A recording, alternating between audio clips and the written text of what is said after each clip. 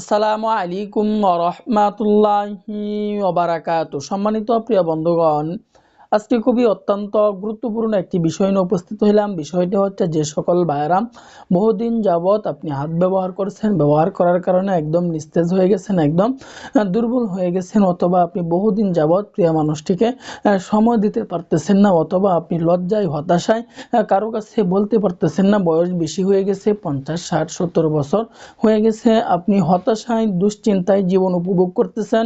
তো তাদের জন্য অত্যন্ত গুরুত্বপূর্ণ আজকে একটি গাছের বীজের কথা বলে দিব। এই গাছের বীজটি যদি আপনি এই নিয়মে ব্যবহার করতে পারেন, এই নিয়মে যদি আমি যেই নিয়মে আপনাকে বলে দেব, ঘরোয়া পদ্ধতিতে আপনি নিজেই ঘরে তৈরি করতে পারবেন খুব সহজ পদ্ধতিতে।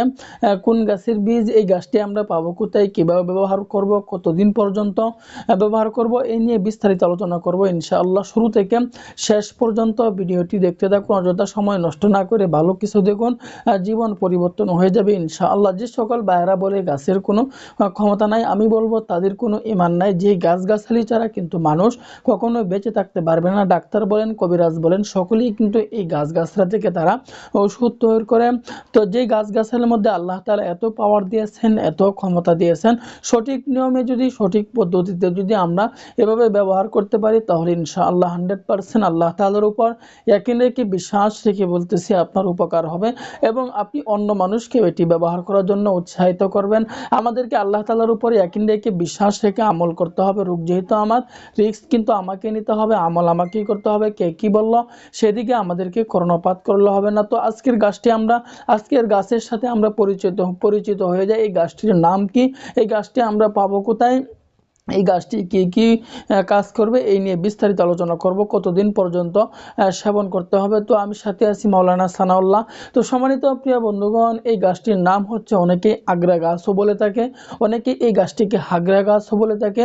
তো যেই নামেই বলে থাকুক, আপনি যদি এই গাছটিকে চিনে রাখেন, আপনি যদি এই গাছটিকে চিনে ফেলেন, এই গাছটির একটি বীজ হয় কাঁটাযুক্ত, একটি বীজ হয়, দেখবেন যেমন কাঁঠাল থাকে, কাঁঠাল যেমন আমরা দেখি, তো এই গাছের ছোট ছোট আকারে দেখবেন কাঁটাযুক্ত একটা বীজ হয়। তো এই বীজটা নিয়েই হচ্ছে আমাদের মূলত কাজ। তো এই গাছটি আমরা পাবো কোথায়, এই গাছটি দেখবেন আমরা রাস্তার আশেপাশে, অনেক সময় রাস্তার আশেপাশে, জঙ্গলে, বাড়ির আশেপাশে এই আগ্রা গাছটি হয়ে থাকে। তো যে জায়গায় হয়ে থাকুক, এই গাছটি আপনি যে জায়গায় পাবেন, যে জায়গায় এই গাছটিকে আপনি ভালো করে চিনে রাখেন, তো এই গাছটি কিন্তু অত্যন্ত গুরুত্বপূর্ণ। তো সম্মানিত প্রিয় বন্ধুগণ, যে সকল ভাইয়েরা 2 বছর, 3 বছর, 4 বছর যাবত এই সমস্যায় ভুগতেছেন, ছোটোখাটো কোনো বেশওয়াজ আপনার শরীরে শ্যুট করতেছে না, তাহলে আপনাকে মনে রাখতে হবে, আপনাকে বুঝতে হবে, ছোটোখাটো বেশওয়াজ আপনার শরীরে শ্যুট করবে না। আপনার সমস্যা বেশি হয়ে গেলে ছোটোখাটো বেশওয়াজ শরীরে শ্যুট করে না, তাকে হাই কোয়ালিটির বেশওয়াজ নিয়ে সেবন করতে হবে, হাই কোয়ালিটির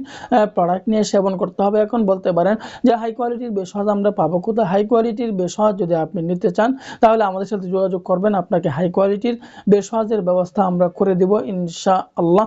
যদি আপনি বসে থাকেন, তাহলে আপনার সমস্যা দিন দিন বড় আকার ধারণ করবে, যা এক সময় আয়ত্তের বাইরে চলে যাবে, কল্পনার বাইরে চলে যাবে। কেন বললাম ছোটোখাটো বেশওয়াজ কেন শরীরে শ্যুট করবে না? আপনারা যদি 106 ডিগ্রি 60 ডিগ্রি জ্বর হয়ে যায়, তখন আপনি নিজেকে প্রশ্ন করুন, তখন কিন্তু সাধারণ নাফাবুরি আপনার শরীরে শ্যুট করবে না, আপনাকে অ্যান্টিবায়োটিক নিয়ে সেবন করতে হবে। ঠিক তদ্রূপ ছোটোখাটো বেশওয়াজ আপনার শরীরে শ্যুট করবে না। সমস্যা বেশি হয়ে গেলে হাই কোয়ালিটির বেশওয়াজ নিয়ে আপনাকে সেবন করতে হবে। তো দেরি না করে যোগাযোগ করেন, ডাক্তারের শরণাপন্ন হন, সে অনুযায়ী ওষুধ সেবন করেন। বসে থাকবেন, আপনি বিপদে পড়ে যাবেন, মুসিবতে পড়ে যাবেন। তো সম্মানিত প্রিয় বন্ধুগণ, তো এই গাছটি আমরা যে জায়গায় পাবো, হাগরা গাছ বলেন, আগ্রা গাছ বলেন, তো যে জায়গায় আমরা পাবো এই গাছের বীজ, 10 থেকে 12টি বীজ আমরা সংগ্রহ করে ফেলবো।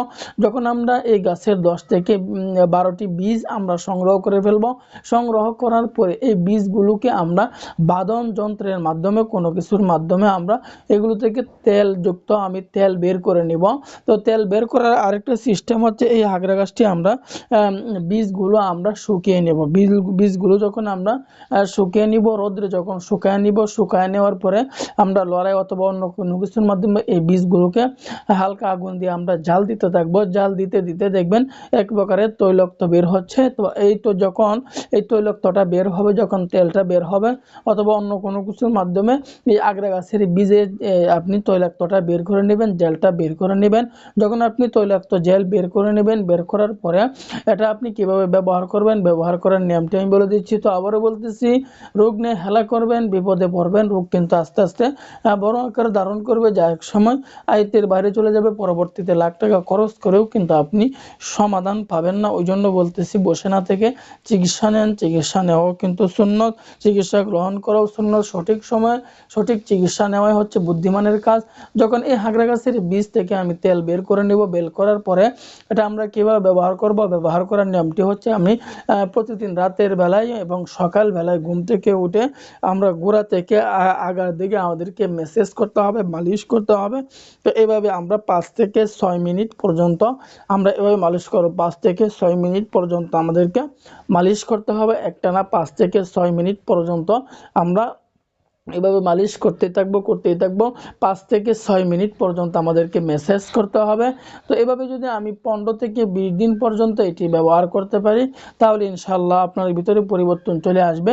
আপনি অন্য মানুষকেও এটি ব্যবহার করার জন্য উৎসাহিত করবেন। দেরি না করে আজকে থেকে ট্রাই করুন। দেরি করবেন তো মিস করবেন। নিজেকে উপভোগ করেন, পরিবারকে উপভোগ করেন। তো আল্লাহ তাআলা আমাদের সকলকেই বোঝার তৌফিক দান করুন। আমিন।